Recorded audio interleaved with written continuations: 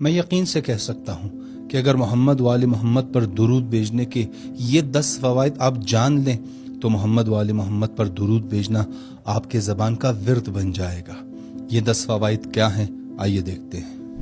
رسول اکرم صلی اللہ علیہ وآلہ وسلم فرماتے ہیں جو کسی تحریر میں میرا نام لکھے اور اس کے ساتھ درود بھی لکھے تو جب تک اس تحریر میں میرا نام باقی رہے گا فرشتے اس شخص کے لیے استغفار کرتے رہیں گے۔ رسول اکرم صلی اللہ علیہ وآلہ وسلم فرماتے ہیں جو شخص ایک مرتبہ مجھ پر درود بھیجتا ہے اللہ اس کے لیے عافیت کے دروازے کھول دیتا ہے۔ رسول اکرم صلی اللہ علیہ وآلہ وسلم فرماتے ہیں تمہارا مجھ پر درود بھیجنا تمہارے حاجات کے پورا ہونے کا سبب بنتا ہے، اللہ تم سے راضی ہوتا ہے اور تمہارے اعمال پاکیزہ ہو جاتے ہیں۔ رسول اکرم صلی اللہ علیہ وآلہ وسلم فرماتے ہیں کہ جو شخص کوئی بات بھول جائے وہ مجھ پر اور میری آل پر درود بھیجے وہ بات اسے یاد آ جائے گی۔ رسول اکرم صلی اللہ علیہ وآلہ وسلم فرماتے ہیں مجھ پر اور میری آل پر درود بھیجنا فقر اور تنگ دستی کو دور کر دیتا ہے۔ رسول اکرم صلی اللہ علیہ وآلہ وسلم نے امیر المؤمنین کو وصیت کی کہ اے علی جو دن اور رات مجھ پر درود بھیجتا ہے میری شفاعت اس پر واجب ہو جاتی ہے